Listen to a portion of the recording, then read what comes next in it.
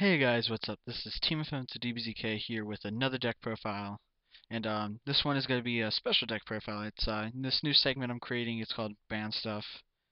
I'm going to make it, uh, tell why the reason cards are banned for the reason they're banned, and then I'm also going to make a deck profile and to see how you can use such banned card.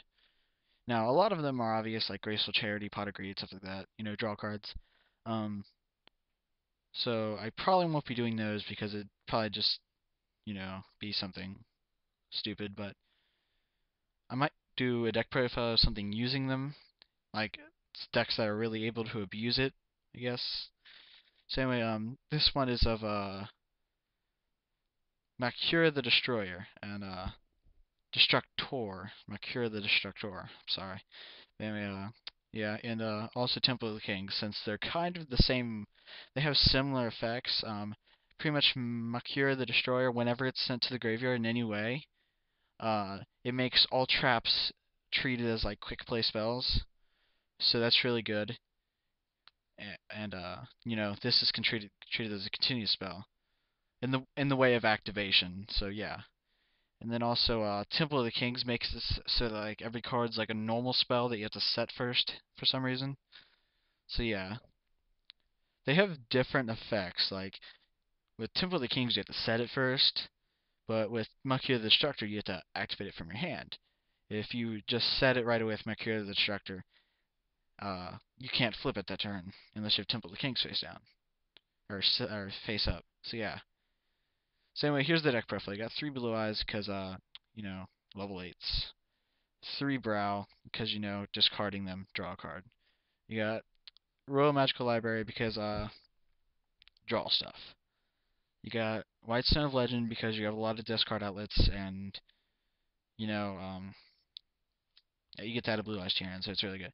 Allure Darkness because you have the darks.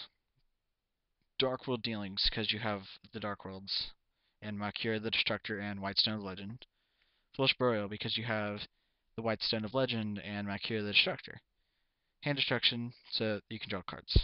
Heavy Storm because it's still a staple even in a deck that runs FTK because you know those MSTs are going to be really hurtful, so you just Heavy Storm them right away. So yeah. And then Into the Void, you get to draw cards. It makes Magical Explosion live. But Pot of Duality, it's FTK, so you only run one, and it's just good. Trade-ins, because you had the 3 level 8s. Yeah, I'm that sacky. Run a card that only combos off with one card, and run the exact amount. So yeah, that's really good. Upstart Goblin pretty much makes Life Equalizer alive. Jar Greed, well, pretty much it becomes another Upstart Goblin. Legacy of Yatagratsu becomes another Upstart Goblin, and some really weird scenario where they control a spirit monster, you get to draw two. I'm not even sure if it's possible for them to control a spirit monster during your turn. But yeah, they got Life Equalizer because it puts them at a life point count where they die. Magical Explosion because it burns them for game. Reckless Greed because it's this deck's pot of greed, and Wall of Revealing Light because of Wall of Revealing Light's good.